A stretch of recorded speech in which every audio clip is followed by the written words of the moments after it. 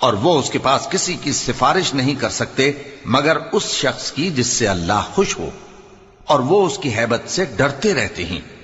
اور جو شخص ان میں سے یہ کہے کہ اللہ کے سوا میں بھی معبود ہوں تو اسے ہم دوزخ کی سزا دیں گے۔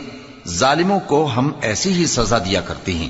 کیا کافروں نے نہیں دیکھا کہ آسمان اور زمین دونوں ملے ہوئے تھے تو ہم نے ان کو جدا جدا کر دیا، اور تمام جاندار چیزیں ہم نے پانی سے بنائیں، پھر یہ لوگ ایمان کیوں نہیں لاتے؟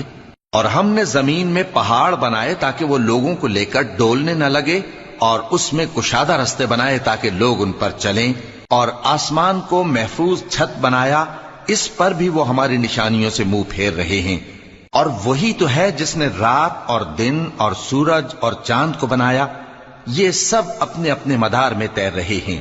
اور اے پیغمبر، ہم نے تم سے پہلے کسی آدمی کو بقائے دوام نہیں بخشا، بھلا اگر تم مر جاؤ تو کیا یہ لوگ ہمیشہ رہیں گے؟ ہر شخص کو موت کا مزہ چکھنا ہے، اور ہم تم لوگوں کو سختی اور آسودگی میں آزمائش کے طور پر مبتلا کرتے ہیں، اور تم ہماری طرف ہی لوٹ کر آؤ گے۔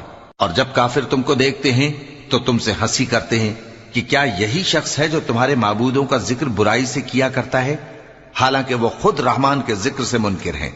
انسان کچھ ایسا جلد باز ہے کہ گویا جلد بازی ہی سے بنایا گیا ہے۔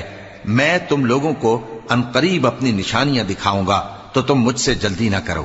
اور کہتے ہیں کہ اگر تم سچے ہو تو جس عذاب کی یہ وعید ہے وہ کب آئے گا؟ اے کاش کافر اس وقت کو جانیں جب وہ اپنے چہروں پر سے دوزخ کی آگ کو روک نہ سکیں گے، اور نہ اپنی پیٹھوں پر سے، اور نہ ان کا کوئی مددگار ہوگا، بلکہ قیامت ان پر یکا یک آ واقع ہوگی اور ان کے ہوش کھو دے گی، پھر تو نہ وہ اس کو ہٹا سکیں گے اور نہ ان کو مہلت دی جائے گی۔ اور تم سے پہلے بھی پیغمبروں کا مذاق اڑایا جاتا رہا ہے، تو جو لوگ ان میں سے تمسخر کیا کرتے تھے ان کو اسی عذاب نے جس کی ہنسی اڑاتے تھے آ گھیرا۔ کہو کہ رات اور دن میں رحمان سے تمہاری کون حفاظت کر سکتا ہے؟ بات یہ ہے کہ یہ اپنے پروردگار کی یاد سے منہ پھیرے ہوئے ہیں۔